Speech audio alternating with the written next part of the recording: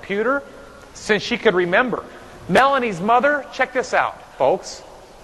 If you want to talk about connection, dropped her off at school every morning at 7:30 a.m. Then where did mom go every day? Where? Every day. What did Melanie's mother do at 2:30 p.m. when the school bell rang to get out of school? What did she do? Yeah. Picked her daughter up from school and spent the rest of the night with who? Her daughter. Building a connection. Melanie's father, gentlemen, she never knew him because he left when she was born, perhaps due to his lack of. But we don't want to judge him because that's not our place, right? Not our place. Every day after that, where did Melanie Brona sit for lunch at West Jordan High School? That's what made the news. Did you hear what I just said? In fact, check this out. The cheerleaders of our high school,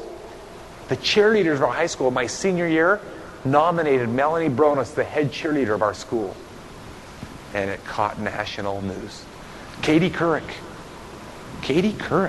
interviewed it. Incredible. All because of the vision of how many people? How many? Yeah. Who just so happened to be who? Was it anybody? Hey, I hope more of you are getting this. See, some of you are going to believe in yourself. Some of you are going to believe this, and some of you aren't. Man, you got to open up if you're going to hear this message. All because of the vision of one person, who in turn affected how many ball players? 11. Which then in turn affected how many students at my school? Thank you. Somebody's paying attention right here. 2,500. Now think about this. How many of you went to the basketball games and the football games? By the way, our gym was packed, and our team sucked. Hope I can share that with you.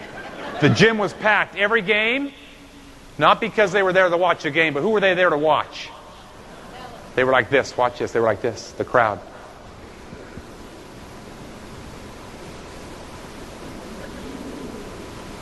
And what were they thinking as they were watching this girl? What was happening? What were they doing? Thank you. You're understanding. They were connecting not just with Melanie, but with who? Themselves. Here's my question for each of you tonight.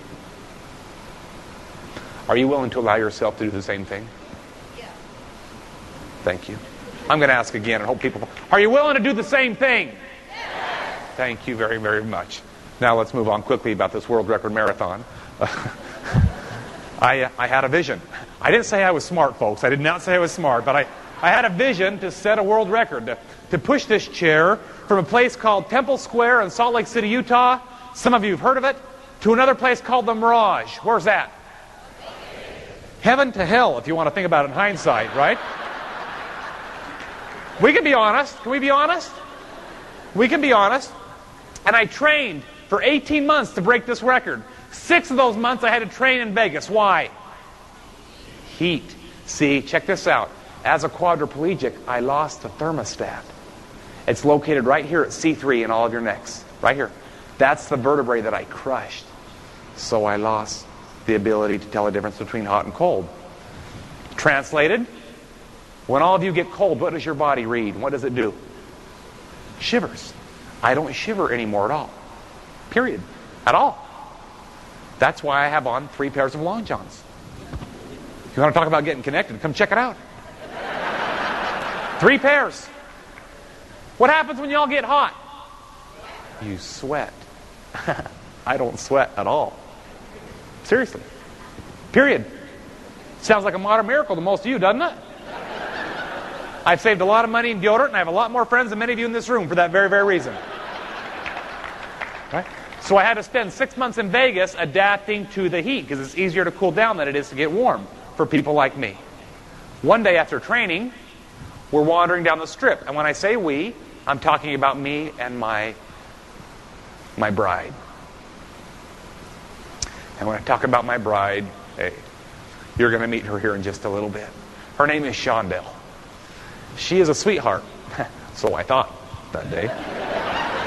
We're wandering down the strip one afternoon, and we noticed not too far off in the distance a roller coaster. Now, folks, you have to understand this. Anybody in here like roller coasters? Okay. We're disconnected for a little while here. We're disconnected. I hate roller coasters. Never liked roller coasters when I had the use of both of these. And when we looked off in the distance, my brother noticed not too far off in the distance the biggest roller coaster I had ever seen in my life. Get this. It started somewhere inside the hotel at the very bottom, exited the building, climbed its way to the top of the building, and then it dropped at almost a 90-degree angle. And then it took one on... No, sir, no, you're missing this. Not, woo! No, it's not what I'm missing. Sir, I don't know what you're smoking, but you can't smoke in a hotel. Then it took one on 2 consecutive loops, which took one upside down, and then it finished with a series of hills, twists, turns, and bumps, and then it disappeared back into the hotel. My brother looked at me in this circumstance, and he said, Chad, doesn't that look like fun? Now, do I look stupid? I said, no. He then turned to my wife, Shondell, whom I thought was a